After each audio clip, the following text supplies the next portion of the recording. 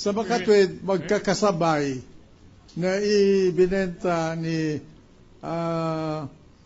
Maria Cristina Rocco Corona yung 7 parsela ng lupa na nasa pangalan niya at yung lupa ni Miriam Corona. Opo. Oh, sige. Alright. We will request, Your Honor, that the deed of absolute sale. Ayun, sandali lang para makompleto ko yung kwan para Sige sa po, sige po. husgado. At yung bayad nung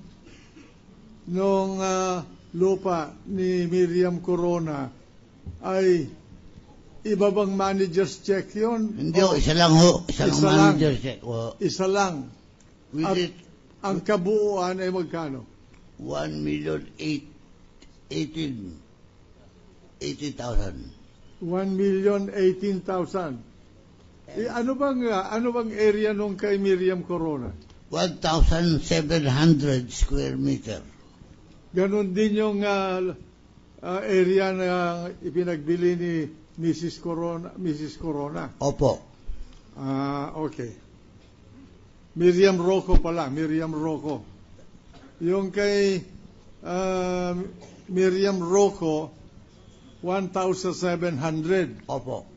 At yung kay Mrs. Corona, si Maria Cristina Rocco Corona, 1,700 din. Opo.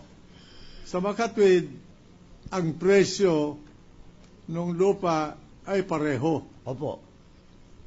509,000 yung kay Miriam Rocco at 509,000 din yung kay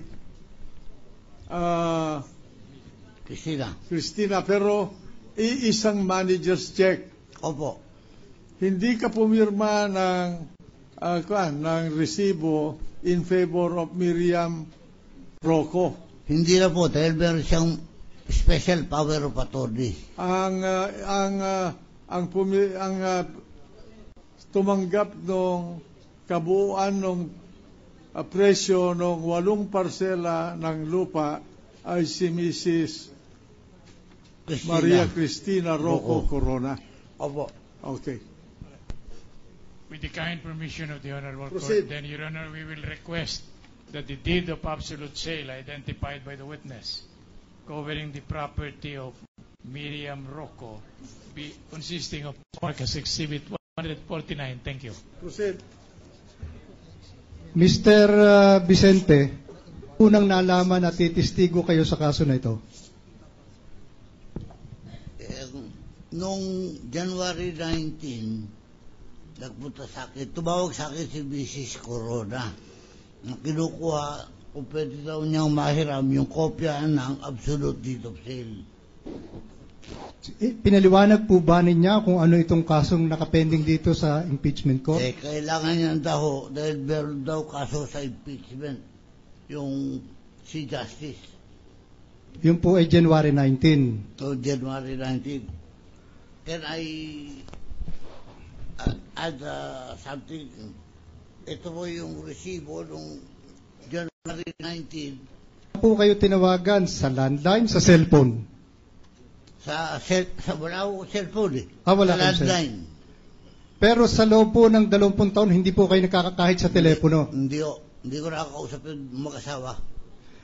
Napuna ko po, Sir Vicente, na doon sa mga resibong inyong ipinakita, ay ang lumalabas na nagbabayad ay si Mrs. Cristina Corona, maliban na lamang sa isang resibo. Pinakikita ko po sa inyo ito, Exhibit 1, 2, 3 ng defense, na lumalabas po dito kahapon Masang may binayaran dito na nagkakahalaga ng 12,749.60 centavos. At for the first time po, ay lumabas ang receipt from Demetrio Vicente. Pwede po bang ipaliwanag ninyo ito? Now, what is the question now? There are several questions. Maybe Pwede bang ipaliwanag ninyo kung bakit kahapon nagbayad kayo ng ano? Ito po, 19...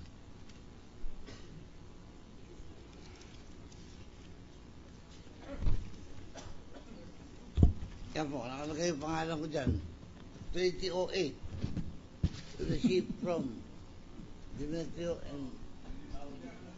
Receipt from Demetrio Vicente, the amount, 2008. Oh, sige po. So, dalawa po. Meron pa po bang iba na resibo na sinasabing receipt from Demetrio Vicente? Ito pa po. Ate, magpamarka. Hindi ko. Tingnan mo ko ano yun. Meron na. Di po ba ang nakalagay dito ay receipt from Rocco Miriam? Hindi po kayo. Ayun na yung pangalan ko, yun ang sa ilalim. Kayong dalawa. Yun. Kayong dalawa ang lumalabas na nagbayad. Ano pa pong ibang resibo na naroon yung pangalan ninyo? Ito po. 2010. Nasaan yung account number?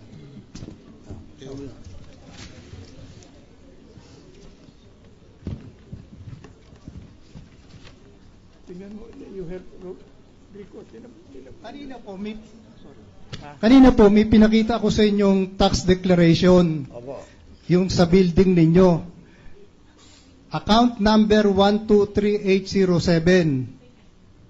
Doon po sa pinakita ninyong resibo na sabi niyo pangalan din yung lumabas, naroon din ang account number 123807. Ibig sabihin ba nito ay yung building ang inyong binabayaran ng tax at hindi yung lote?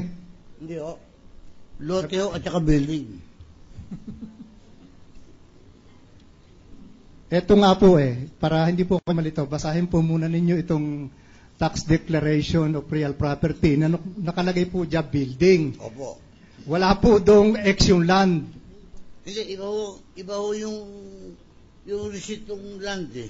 Oo nga po, ito po nga, pinagbabasihan po natin yung account number. Ito po yan Kasi po, magkapareho po yung account number na nakalagay dyan sa tax declaration na sinasabing building at pareho din dito sa resibo na sinasabing account number 123807. Kung inyo po susundin yan, lumalabas building kung binabayaran nyo.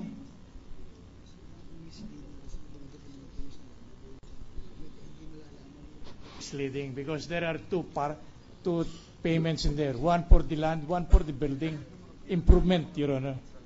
They cover two different subjects. Let the witness answer.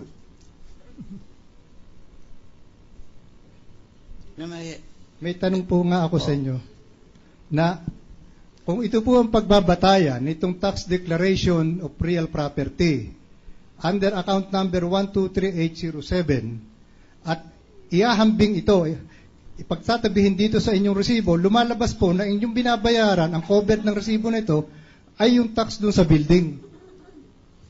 Hindi po ba, paano po pwede po bang ipaliwanag yan?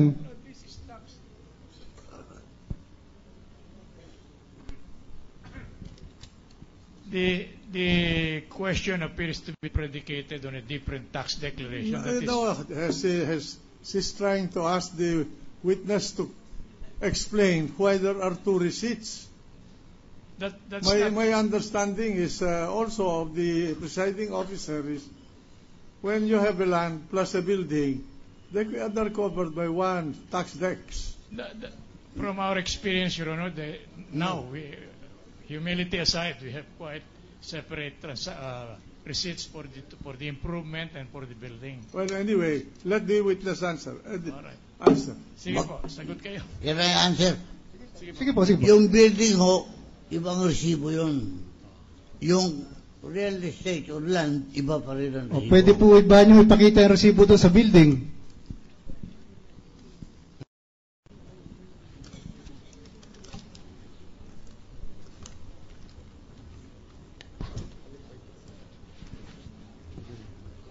Ito. kasi for the it is for the Ito nga po, itong yung pinusinta para sa building. opo. Ito nga po. Kaya pareho